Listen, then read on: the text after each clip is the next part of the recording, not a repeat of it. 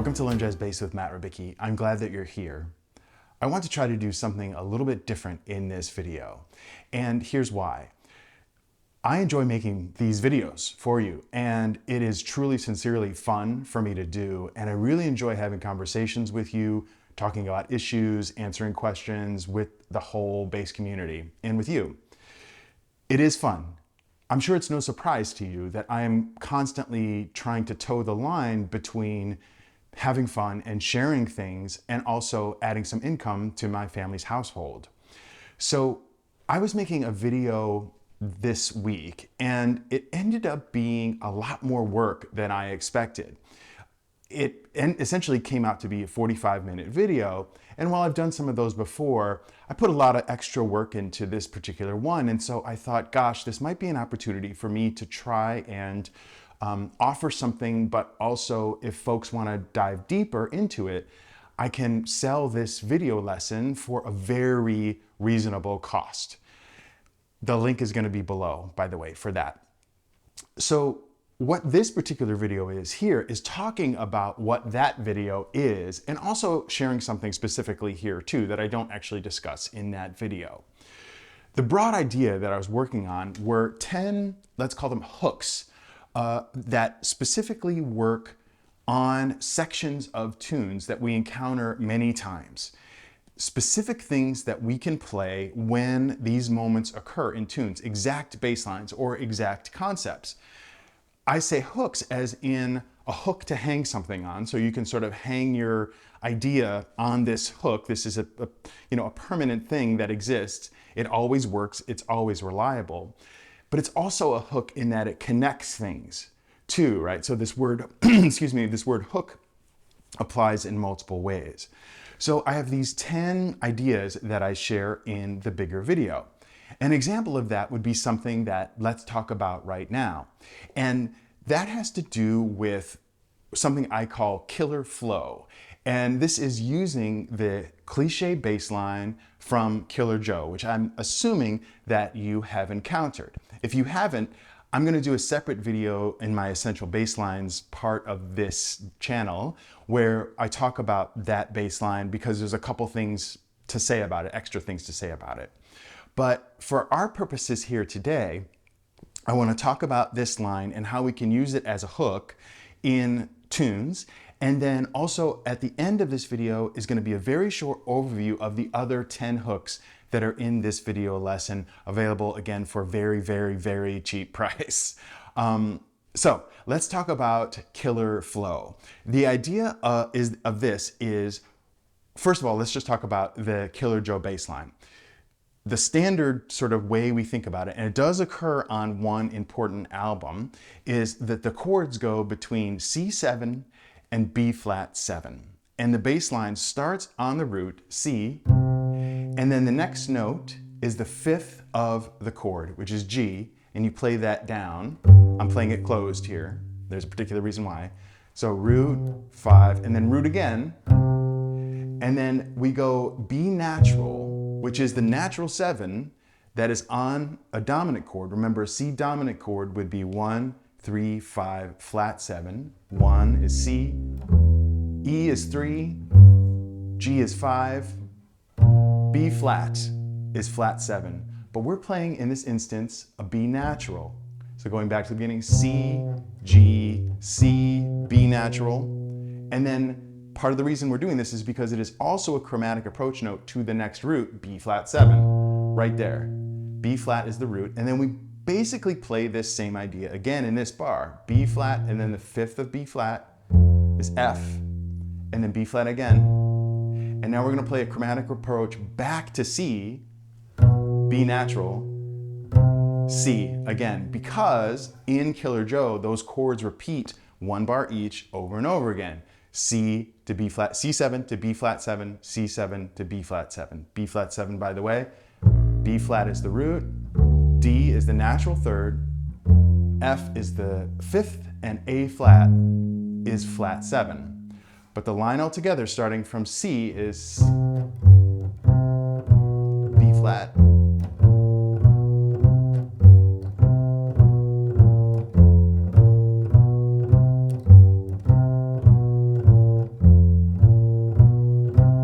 It's just that repeated over and over again in the cliche way of doing it. So the reason I'm playing it closed here is to sort of teach my mind a little bit about the shape of it, and makes it a little bit easier for me to remember when we put it in other keys. For example, if we are putting this line in a different key entirely, and the first chord is B flat 7, the second chord would be A flat 7, in this instance where we're doing the exact Killer Joe chords, this fingering still works and allows me to not sort of think, translate, oh, I was playing an open G before and now I have to play this closed F, right? So it's still the same shape. There's C, and if I just move it down a whole step, B flat, F, B flat, A natural, A flat, E flat, A flat, A natural. So just sort of keeping those particular shapes in your hands will help you to remember it and also to execute it in the moment too. And putting in other keys is really helpful in the idea for killer flow, because this harmonic pattern of having a root and then another root that is a whole step down is very common. This pattern of the Killer Joe pattern doesn't quite work so much like in every instance. Essentially, you want these chords to be like major chords, or dominant chords is even better. That it works really even better. But you can also go like the first chord is major and the second chord is dominant. That will also work on that based on what the exact notes are. So if this were C major, that would work totally fine. And if this were B flat major, it could work. So again, this idea of like some kind of major triad and then another kind of major triad sound, so either major 7 going down to dominant 7, or dominant 7 going down a whole step to dominant 7, is a fairly common thing in standards. And because of that, when you see that or hear that happen, you can put in this Killer Joe bass line. Sometimes there are arrangements, for example, too, folks will arrange a standard and have altered chords that also have this kind of movement, and they may actually tell you to play that, or that would be a perfect place to put this in, where there's this repeating dominant to dominant a whole step away from each other. So you can use this hook, this killer flow hook, when you see this one chord going down a whole step. For example, in the Days of Wine and Roses, Ray Brown uses this killer flow idea, and we'll talk about that in just a second. But I also want to talk about sort of analytically what this function is, what these chords are doing, that might give you a little bit of an in for how to look for it. Part of the idea, like in Days of Wine and Roses, is that there is this analytical label called flat 7/7. And if we are in, let's go back to C for a second. If we're in the key of C and the first chord is C major and the next chord is B flat 7, that B flat 7 is considered the flat 7/7. And it essentially replaces, for lack of a better word, the dominant chord. C and the natural 7 would be B, all right? But where the chord's root is B flat. So, it is a dominant chord. So that is the flat 7/7. So it's a dominant chord built on the flat 7, and it essentially replaces the G7 for all intents and purposes. It can be used with a dominant function, okay?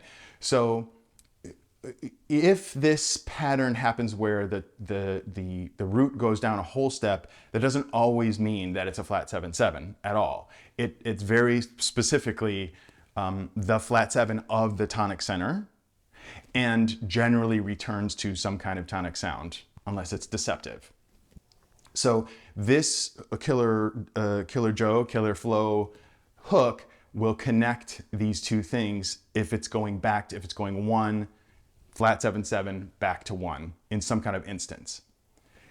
But like in the Days of Wine and Roses, as I mentioned, what Ray Brown does is to just allude to this feeling. He is not even playing that exact line, but plays sort of enough of it that you get the sound right away, if you're familiar with the Killer Joe bass line, of what his idea was. Take a listen to this real quick.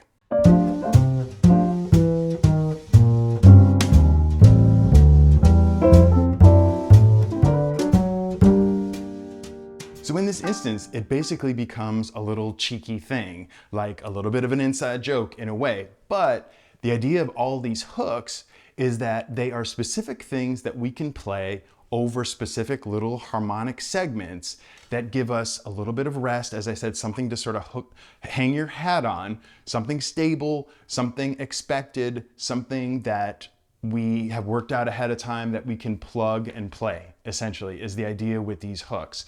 And will also connect to the next thing that's happening. So like what Ray did there, you heard in the first, it was really the first, 6 notes. So he played this F major as the chord. So he plays F, C, F, E, exactly like Killer Joe. And then E flat 7 is the next chord. And then he plays E flat on the root. And then B flat is beat 2. That is, you know, whatever it is, 6/8 of 3/4. My son is 8 years old and loves math, and it's really challenging me. Anyway, I'm saying going over math with him. Anyway, so he plays, 3/4. He plays most of the Killer Joe line that leads to other ideas. And you can also do it in something, again, in a cheeky way, in something like Beatrice, which is this, very excellent Sam Rivers tune that is sort of has this sort of mysterious quality to it. And so putting it in there is a little bit more on the cheeky side, but because it's kind of tends to be played with a little bit of seriousness. But nonetheless, that movement, and specifically those 2 chords, actually happen there. But the E flat is not dominant in this instance. It's an E flat major 7 with a sharp 11. Nonetheless, this line can still work in this instance if, again, you want to be cheeky. And because the chord after E flat is D minor 7, playing the entire line leads you back to playing the flat 3, which is F natural, on the downbeat of D minor 7. So if we have F major, and then here's E flat major 7, and now here comes bar 5, there's D minor 7, and I'm playing F on the downbeat. So listen to this in context real quick.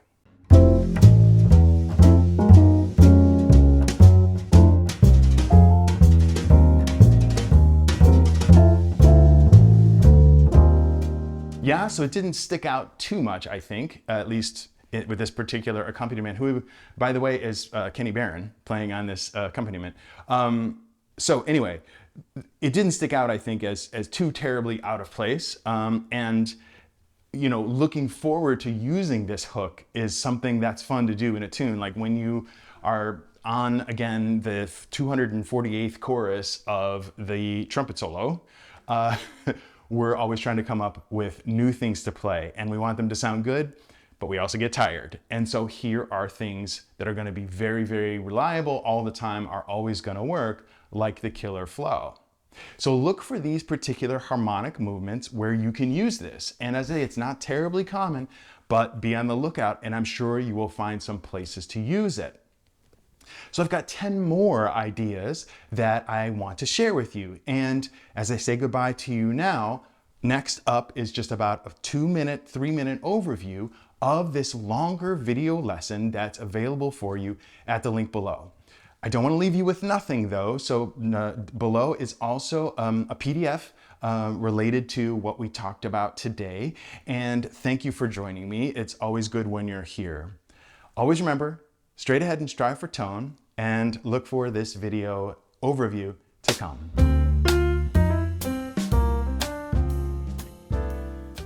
If you're needing some tried and true walking bass line ideas that will always work on common things in lots of tunes that we play, check these out. The first is to approach the roots of the chords in rhythm changes just with chromatic notes. I call that crunchy rhythm changes.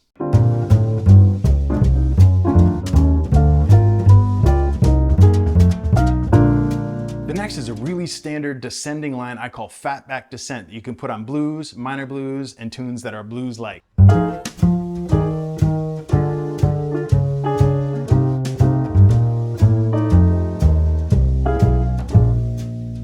And then there's the ballad zipper. This is a quick little passage descending the major scale to connect one chord with a chord that is a tritone away, oftentimes in a ballad.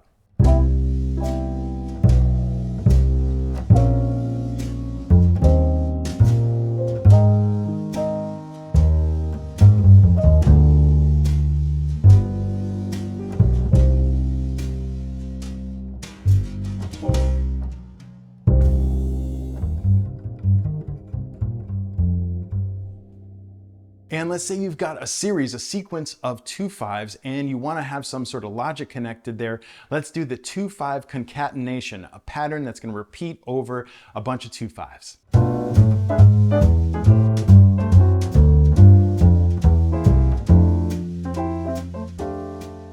If there is a series of chords like Softly as in a Morning Sunrise, where it's a minor key and then you've got minor 2/5s, you can use the Hit the Road Jack bass line, descending bass line, to sort of go under those changes as well.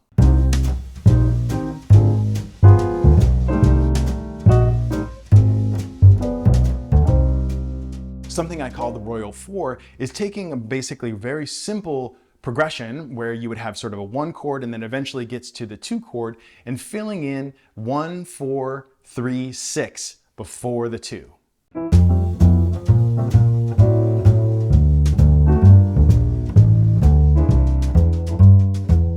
And we've got Old Trusty, the standard walk-ups that we can do on 2/5s. And you can also do. When you've got another simple pattern in standards where you've got one chord that descends down to its 6, whatever it is, like if you've got F and it goes to D, there is what I call the Moonglow descent, which is just a chromatic descent connecting those two. Oftentimes the chordal player will play those with you.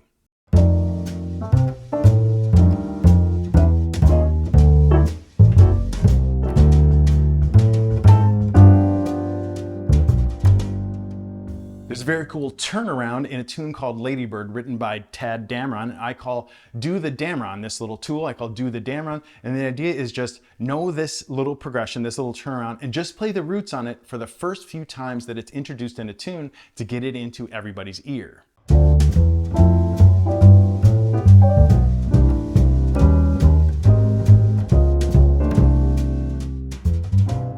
Lastly, you've got to know the giant whole tone. That's what I'm calling it, which is the way that Paul Chambers played the beginning of the head on Giant Steps. Whole tone scale fits perfectly over the Coltrane changes in any key.